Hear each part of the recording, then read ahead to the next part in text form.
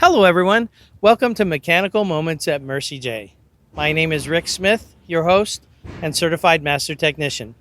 What we have here today is a Toyota pickup that while I was driving down the road, it lost power and then quit.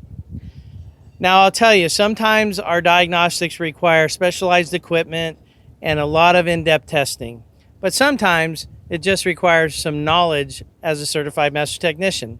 So today I'm going to show you a little bit on this truck on how we quickly diagnosed it. So watch carefully.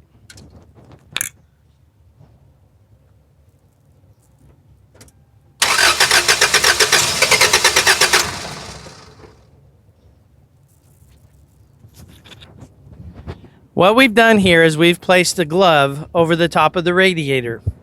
And the reason the glove expanded is because the combustion from the pistons got into the radiator, and it's not supposed to do that. It did that because of a blown head gasket. This one's pretty severely blown, but basically, if we do this test and it waves at us, it's saying, here I am, here's the problem. So sometimes the diagnostics are pretty quick and easy.